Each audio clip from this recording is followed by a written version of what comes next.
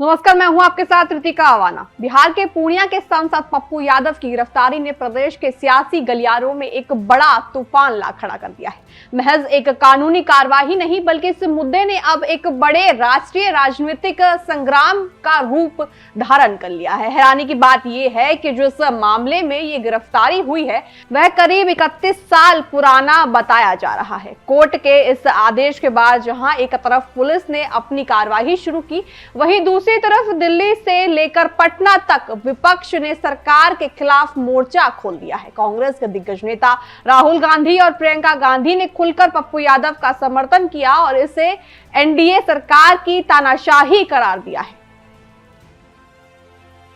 बिहार के पूर्णिया से निर्दलीय सांसद पप्पू यादव की गिरफ्तारी ने राज्य की राजनीति में हलचल तेज कर दी है। 31 साल पुराने एक मामले में कोर्ट के आदेश पर हुई इस गिरफ्तारी को लेकर विपक्ष सीधे तौर पर एनडीए सरकार पर हमलावर है। लोकसभा में नेता प्रतिपक्ष राहुल गांधी के बाद अब प्रियंका गांधी वाड्रा भी खुलकर पप्पू यादव के समर्थन में उतर आई हैं। उनका आरोप है कि बिहार में बीजेपी और उसके सहयोगी अन्याय और अत्याचार के साथ खड़े हैं। प्रियंका गांधी वाड्रा ने सोशल मीडिया प्लेटफॉर्म एक्स पर पोस्ट लिखते हुए बिहार सरकार और बीजेपी पर गंभीर आरोप लगाए हैं। विपक्ष ने पप्पू यादव के समर्थन में रैली की। इस दौरान विपक्षी दलों के नेताओं का कहना है कि बिहार की एनडीए सरकार अपराधियों को संरक्षण देती है और निर्दोषों को जेल भेजती है। आजकल तो तानाशाही चल ही रहा, तानाशाही हो गया है पूरी तरीके से। दोषियों को बचाया जाता है, निर्दोषों को फंसाया जाता है। इस मामले में तो कई बार हम लोगों ने बात ट्वीट भी किया है और लिखा भी है। हम तो पहले भी बोल रहे हैं, सीबीआई भी जांच हो रहा है, तो उस जांच का क्या मतलब है? विधानसभा में लगातार हमारे एमएलए हम सब पार्टी उठा रहे हैं, लेकिन सीबीआई के को पहले भी जांचें मिली थी बिहार की। आप देखिएगा जो बिहार का जो सृजन घोटाला का है, बालिका गृह का है, नवगुना मामला है, सब ठंडे बस्ते में। बिहार सरकार का काम है अपराधी को संरक्षण दो और मामले को ठंडे बस्ते में डालो। देखिए, एनडीए के लोग कह रहे हैं काहे को उनके बयान पे बयान ले रहे हैं।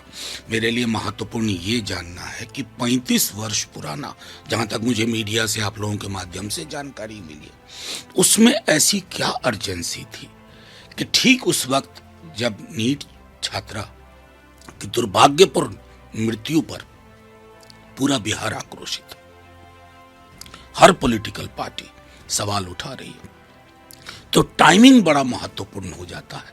क्या साइलेंस आपका उद्देश्य है कि लोग चुप हो जाएं? तो फिर तो ये नहीं चलेगा। जुल्म करेगा सरकार तो विरोध का सामना भी सरकार को ही करना पड़ेगा। जुल्म करेगा पुलिसिया अत्याचार तो हम उसके खिलाफ सड़कों पर ही उतरेंगे।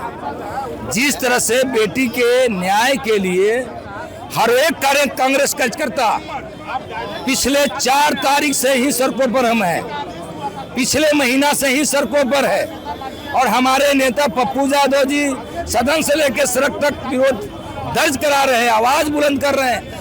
हर एक को नाम को उजागर करने की मांग बिहार सरकार और एनडीए सरकार से कर रहे हैं कि कौन आखिर जुल्मी था या है। देखिए, पप्पू यादव की गिरफ्तारी तब हो रही है 31 साल बाद उस केस में, जब वो नीट का मामला उठा रहे हैं। वो रोज़ सबसे ज़्यादा पप्पू यादव ने मामला उठाया। आप उनको गिरफ्तार कर रहे हैं, आप उनको नोटिस दे के बुला सकते थे। आप उनको कोई ऐसा तो है नहीं। आप दिल्ली में भी वो सदन में जाते हैं, वो लोकसभा के मेंबर है, पार्लियामेंट रोज़ जाते हैं वो हमेशा आते हैं पटना। आप रात में 11 बजे उनके आवाज़ जाके उठाने के कोई मतलब नहीं था। ये उनके साथ तो गलत हुआ ही है। दूसरी ओर एनडीए नेताओं ने पप्पू यादव की गिरफ्तारी को उनके कर्मों का फल बताया है।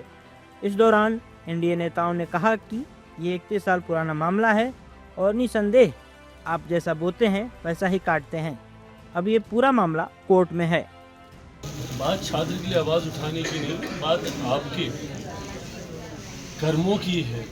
और मैं ये मानता हूँ कि अगर आपके कर्म सही हैं तो आपको चिंता करने की ज़रूरत नहीं। आप एक सांसद हैं, कोई भी सरकार कोई भी जांच एजेंसी एक सांसद के साथ तब तक इस तरीके की गतिविधि नहीं करेगी जब तक आपके पास वो प्रमाण नहीं हो, वो तथ्य नहीं। बहरहाल मैं जांच एजेंसी नहीं हूँ, पर मैं मानता हूँ कि अगर ये कार्रवाई की गई है तो कहीं ना कहीं जांच एजेंसियों के पास कुछ ना कुछ प्रमाण, कुछ ना कुछ सबूत सामने आए होंगे। पुराना विषय है, इस विषय की गंभीरता ज़रूर है, पर ऐसे में जांच में सहयोग करना मैं मानता हूं कि हर किसी की जिम्मेदारी है। देखिए, अब तो ये पूरा प्रकरण सीबीआई को सौंप दिया गया और परिजनों की ओर से, कई संगठनों की ओर से सीबीआई को सौंपे जाने की मांग हुई थी। लेकिन जहाँ तक पप्पू यादव की गिरफ्तारी का सवाल है तो 31 वर्ष पुराना धोखाधड़ी का मामला है और निसंदेह आप जैसा बोते हैं वैसा ही आप काटते हैं।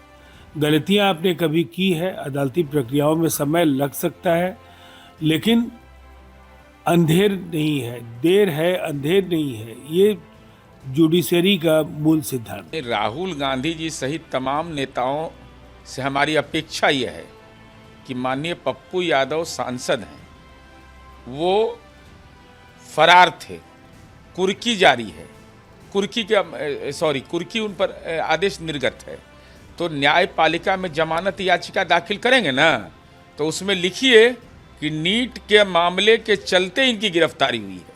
ये तो न्यायपालिका की अवहेलना है। देखिए, सुप्रीम कोर्ट ने, उच्चतम न्यायालय ने एमपी एमएलए पर जो केस है उनके त्वरित निदान के लिए स्पीडी कोर्ट भी बनाया गया, स्पीडी ट्रायल का भी निर्देश दिया गया।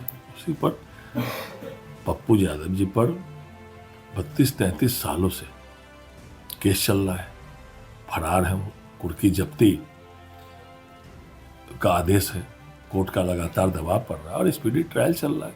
उनको पूर्व में ही आत्मसमर्पण कर देना चाहिए था। बरसों बरस से कोर्ट के द्वारा वारंट निकाला गया, फिर कुर्की जब्ती निकाला गया। बता दें कि पूर्णिया सांसद पप्पू यादव को 1995 के एक मामले में गिरफ्तार किए जाने के बाद 2 दिन की न्यायिक हिरासत में भेज दिया गया है। अतिरिक्त मुख्य न्यायिक मजिस्ट्रेट की अदालत ने कहा कि उनकी जमानत याचिका पर सोमवार को सुनवाई होगी और तब तक उन्हें इलाज के लिए पटना मेडिकल कॉलेज और अस्पताल में रखा जाएगा। बिहार की राजनीति में ऐसा पहली बार हो रहा है जब कांग्रेस नेताओं ने पप्पू यादव को कांग्रेसी माना है और उनका खुलकर समर्थन किया है।